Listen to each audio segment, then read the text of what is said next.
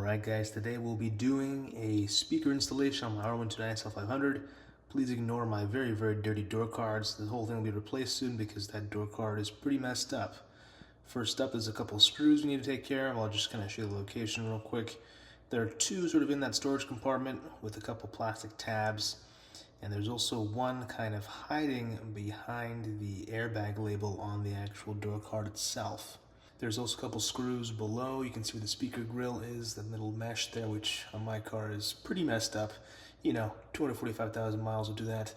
But like I said, new door card in the future for sure.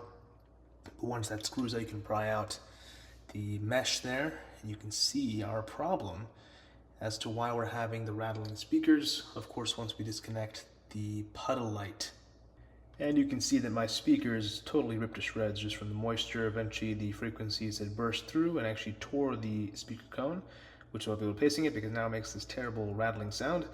Now we take off some more screws on the side of the door along with some by the door catch, and then we can actually remove the door card entirely. Just kind of by pulling on some tabs pretty gently, not to warp the card at all, of course. Like I said earlier, this card is not in great shape anyways. Once the card is actually unclipped from the door panel itself, you'll need to kind of lift up on it above the lock pin. It has to kind of sit in a slot there. So you're going to pull up on it and be very careful when you put it on the ground. I put a little towel on the ground to make sure it didn't damage it any more than it already was. Yeah, we'll still be connected via the actual door handle, so it can't be fully detached just yet. Next up, we have some electrical connectors for the speaker itself, along with the seat controls. Be sure to put these back firmly because these things have a tendency to not fully seat and then it cause the controls to work properly or not to light up properly. I've noticed that with these R129s, it could just be the aging connectors. But once those are out of the way, you can really get that door card kind of pushed away.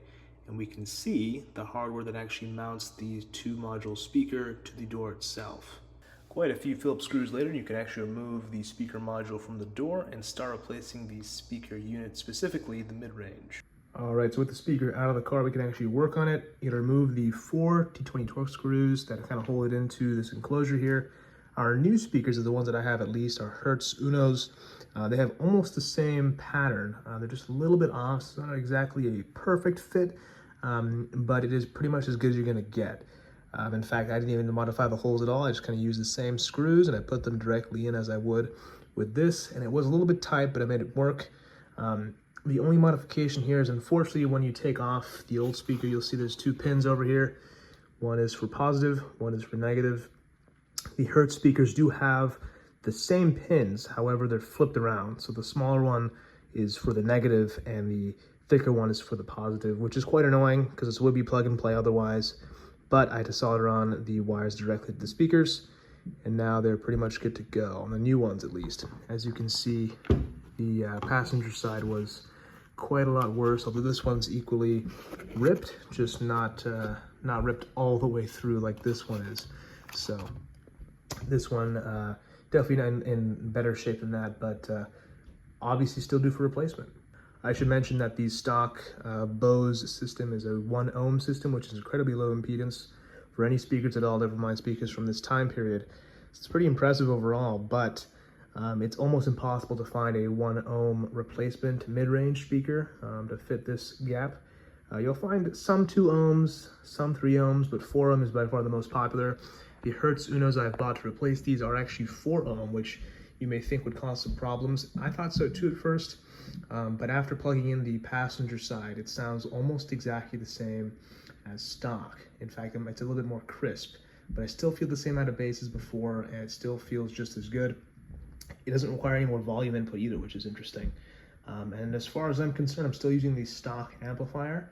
I have an aftermarket head unit in the car, which supposedly only supports a 4 ohm system. However, that shouldn't really be making a difference because the amplifier is still active and still working, to my knowledge. So all I care about is that it sounds pretty much as good as stock, because the stock Bose speakers in this car are surprisingly good. Enough rambling, let's get this guy out and put the new Hertz speaker in. And these are basically as good as trash. You could get these reconed if you really wanted to, but that would probably cost more than just new speakers. So if they still made these Bose speakers today, I'd probably buy a set of them, but they don't. So Your best bet's getting some aftermarket ones like these, and for only $100, it's hard to beat this pair, considering they sound basically the same as stock. So even with the screws out, it might take some persuasion to get these guys out. You can try prying along the side, but you're more than likely just gonna rip off the outer edge of the speaker. What I recommend doing is kind of flipping this whole thing over, just like this, and then poking something through just to push it through like that. Use the speaker wires, unplug just like so. Now, if you wanted to really make this a clean install and not have to do any soldering at all, what you could do is take these connectors off. You could probably buy a generic box of these sort of general connections over here. They're kind of crimp on, I believe. It looks like they crimp on right over here. You could buy a box of these in various sizes and probably match what we have over here, and just put the smaller one on the negative side and the larger one on the positive. And with the Hertz speakers, you could just clip them on like you would the factory ones. But unfortunately, we can't do that here. So I'm gonna chop these off, expose some wire, and then get them ready to be soldered up on the new speakers. And there we have the finished result with the Hertz speakers in the OEM housing, which is pretty cool to see. It's kind of like an OEM Plus upgrade. I will say these speakers do sound great. It's been about 5 months since I installed them, and with the top down, they're just loud enough. The reinstallation is pretty much the same process as removing them.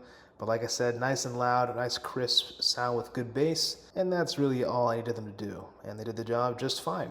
I highly recommend them. You think, oh yeah, it's a soft top, it shouldn't be that heavy. Well, that actually wasn't so bad this time, but the first time I was surprised. And it just kind of has to tuck away like so. Now I gotta say, I cannot imagine that this is actually good for the soft top to be moved manually.